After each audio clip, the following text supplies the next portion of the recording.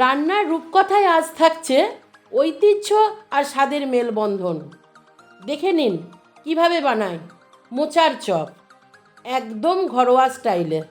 নমস্কার, রান্নার রূপকথা চ্যানেলে আপনাদের সবাইকে স্বাগত। আশা করি সকলে ভালো আছেন। আজ আমার ৪৮তম রেসিপি মোচার চপ। তো চলুন শুরু করা যাক। এই রেসিপিটি বানানোর জন্য প্রথমে আমি একটা কড়াই বসিয়ে দিয়েছি এবং তাতে আমি কিছুটা বাদাম ভেজে নেব। বাদামটা কিন্তু আমি শুকনোই ভেজে নেব। দেখুন বাদামটা আমার ভাজা ভাজা হয়ে গেছে। এবার আমি বাদামটাকে একটা প্লেটে তুলে নিয়ে ঠান্ডা করতে দেব। এই বাদামটা ঠান্ডা হলে আমি খোসা ছাড়িয়ে গুঁড়ো করে নেব। এবারে আমি কড়াইয়ে একটু তেল দিয়ে দেবো। দেখুন তেলটা আমার গরম হয়ে গেছে। এবার আমি এই তেলের মধ্যে একটা পেঁয়াজ বেটে রেখেছি সেটা দিয়ে দেবো।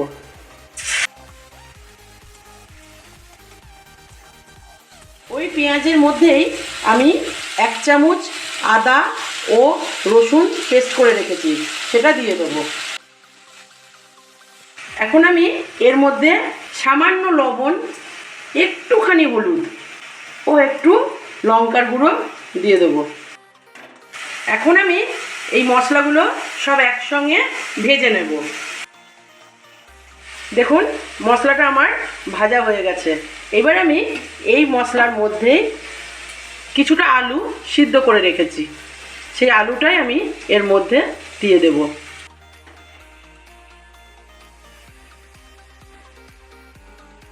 এবার আমি সমস্ত কিছু একসঙ্গে নেড়ে নেব। আলুর জলটা শুকিয়ে যাওয়া পর্যন্ত এটা একটু কষে নেবেন। দেখুন আলুটা আমার প্রায় হয়েই এসছে, কড়াই থেকে ছাড়তে লেগে গেছে। এবার আমি এর মধ্যে একটু চাট মশলা দিয়ে দেবো, তবে এটা অপশনাল। আপনারা যদি মনে করেন চাট মশলা দেবেন না, এটা স্কিপ করতে পারেন। দেখুন কড়াইয়ের গা থেকে আমার আলুটা ছাড়তে লেগেছে, আলুটা আমার হয়ে গেছে। এইবার আমি এটাকে ঠিক এইভাবে কড়াইয়ের গায়ে একটু লাগিয়ে রেখে দেবো। ঠিক এইভাবে আমি কড়াইয়ের গায়ে আলুটা লাগিয়ে রেখে দেবো। যতক্ষণ আলুটা ঠান্ডা না হচ্ছে ততক্ষণ আমি এইভাবেই রেখে দেবো। আপনারা চাইলে একটা প্লেটেও ঢেলে নিতে পারেন, কিন্তু কড়াইয়ের গায়ে এইভাবে লাগিয়ে রাখলে আলুটা বেশ শক্ত হয়ে যায়। এবার গ্যাসে আমি আরেকটা কড়াই বসিয়ে দিয়েছি, তাতে আমি তেল দেব। দেখুন তেলটা আমার গরম হয়ে গেছে। এবার আমি ওই তেলের মধ্যে কুচনো পেঁয়াজ দিয়ে দেবো। পেঁয়াজটা দেখুন আমার হালকা ভাজা হয়েছে। এবার আমি এই পেঁয়াজের মধ্যেই 2 চামচ আদা ও রসুনের পেস্টটা দিয়ে দেবো। এবার আমি ওই মশলার মধ্যে একটু টমেটো দিয়ে দেবো। এখানে আমি একটা টমেটো বেশি রেখেছিলাম। এবার আমি শুকনো উপকরণগুলো এর মধ্যে দিতে থাকবো।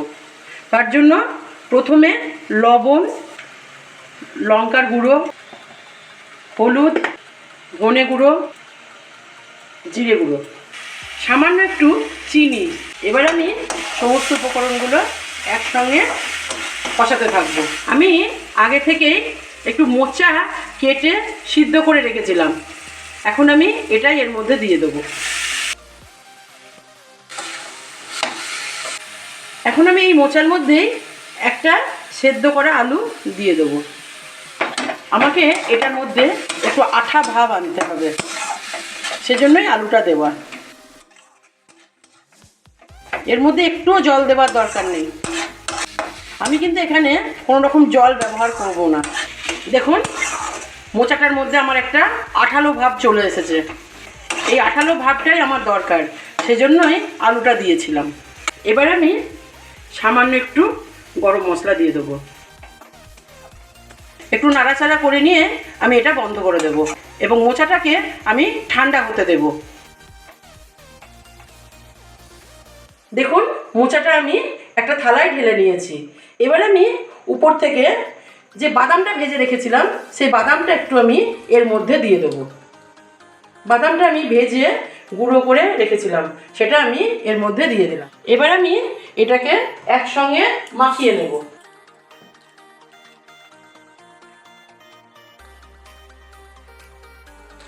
তবে কেউ যদি মনে করেন বাদাম পছন্দ করেন না, তাহলে বাদামটা স্কিপ করবেন। আলুটা আমার ঠান্ডা হয়ে গেছে, এবার আমি এটাকে একটা প্লেটে ঢেলে নেব। দেখুন আলুটা আমি একটা প্লেটে ঢেলে নিয়েছি। এবার আমি চপগুলো বানিয়ে নেব।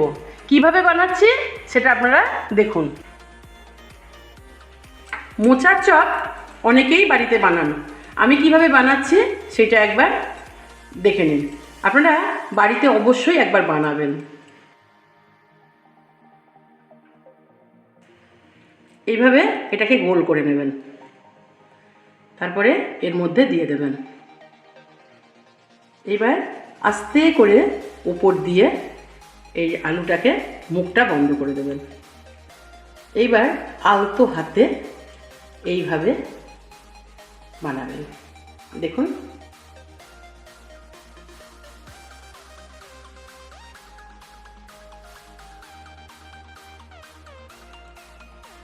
ঠিক এই রকম হবে। দেখুন কত সুন্দর লাগছে। আমি আরও একটা বানিয়ে দেখাচ্ছি। একটু আলতো হাতে কাজটা করবেন।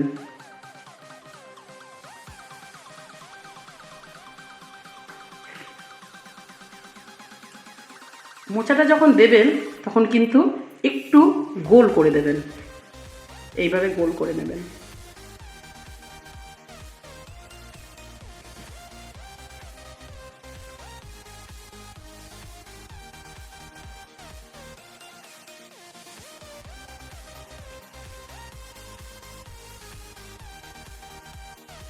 দেখুন আশা করি বুঝতে কাউরির কোনো অসুবিধা হয়নি। এইভাবে আমি বাকিগুলোকেও বানিয়ে নেব। দেখুন একইভাবে আমি সবগুলো তৈরি করে নিয়েছি। আমি এখানে আরও একটি প্রসেস দেখিয়ে দিচ্ছি। তার জন্য আমি একটু মোচা রেখে দিয়েছি ও একটু আলু রেখে দিয়েছি। দেখুন এটাকে আমি এর সঙ্গে মেখে নেব। যদি হাতে সময় কম থাকে তাহলে এইভাবেও বানিয়ে নেওয়া যায়। এখন আমি এটাকে এইভাবে দেখুন এইভাবে একসঙ্গে মাখিয়ে নিয়ে এইভাবে বানিয়ে নেওয়া যায়। এটা একটু তাড়াতাড়ি হয়। দেখুন আমি আরও একটা দেখিয়ে দিচ্ছি।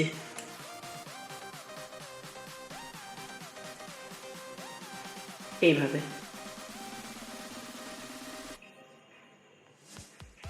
দেখুন আমি সবকটা বানিয়ে নিলাম।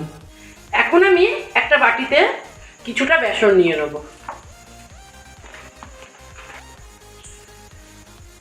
2 চামচ চালের গুঁড়ো নিলাম, সামান্য লবণ, 1 চামচ লঙ্কার গুঁড়ো। সমস্ত উপকরণগুলো আমি একসঙ্গে আগে ভালো করে মিশিয়ে নেব।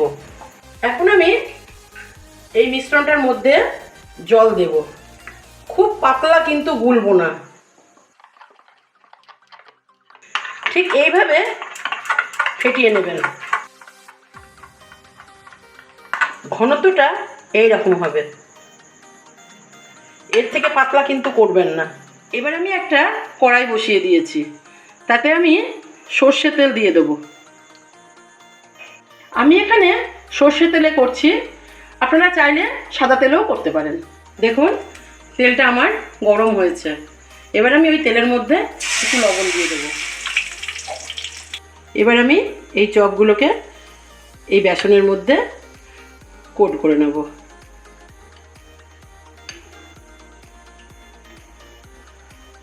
আস্তেই করে এটা আমি ছেড়ে দেব। একইভাবে আমি আর একটাও দিয়ে দেবো। এই সময় গ্যাসের ওভেনটা একটু কমিয়ে রাখবেন।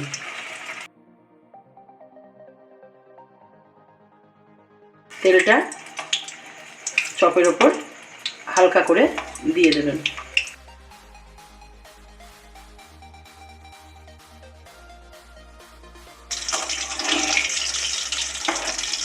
গ্যাসের ওভেনটা কিন্তু লো টু মিডিয়াম রাখবেন।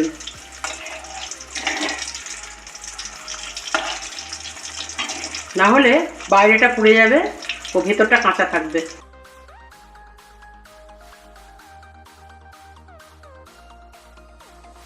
দেখুন আমার ভাজা হয়ে গেছে। এবার আমি এটাকে তেল থেকে তুলে নেব।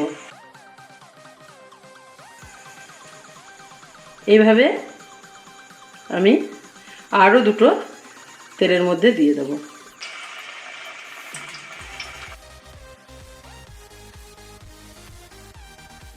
এবার আমি অন্য একটি যে শেপে যে চপগুলো বানিয়ে রেখেছিলাম সেটা আমি বানিয়ে দেখাচ্ছি।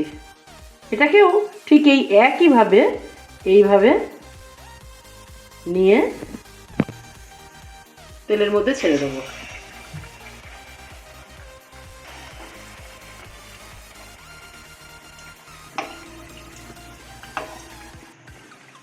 এইভাবে উপর দিয়ে একটু তেল দিয়ে দেবেন।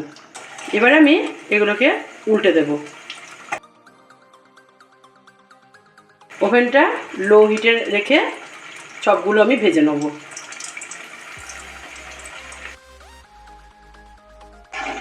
এগুলো আমার ভাজা হয়ে গেছে। এবার আমি এগুলো তুলে নেব। দেখুন মোচার চপগুলো আমার রেডি হয়ে গেছে। আমি চটপটা সসের সঙ্গে এটা পরিবেশন করলাম। আপনারা টমেটো সসের সঙ্গেও এটা পরিবেশন করতে পারেন। তৈরি হয়ে গেল আমার আজকের রেসিপি মোচার চপ। আপনারা যদি ফেসবুক থেকে ভিডিওটি দেখে থাকেন তাহলে পেজটিকে ফলো করুন এবং ইউটিউব থেকে দেখে থাকলে চ্যানেলটি সাবস্ক্রাইব করুন এবং রেসিপিটি আপনাদের কেমন লাগলো তা আমাকে অবশ্যই জানাবেন। তো দেখা হচ্ছে আবারও কোনো নতুন রেসিপি নিয়ে। নমস্কার।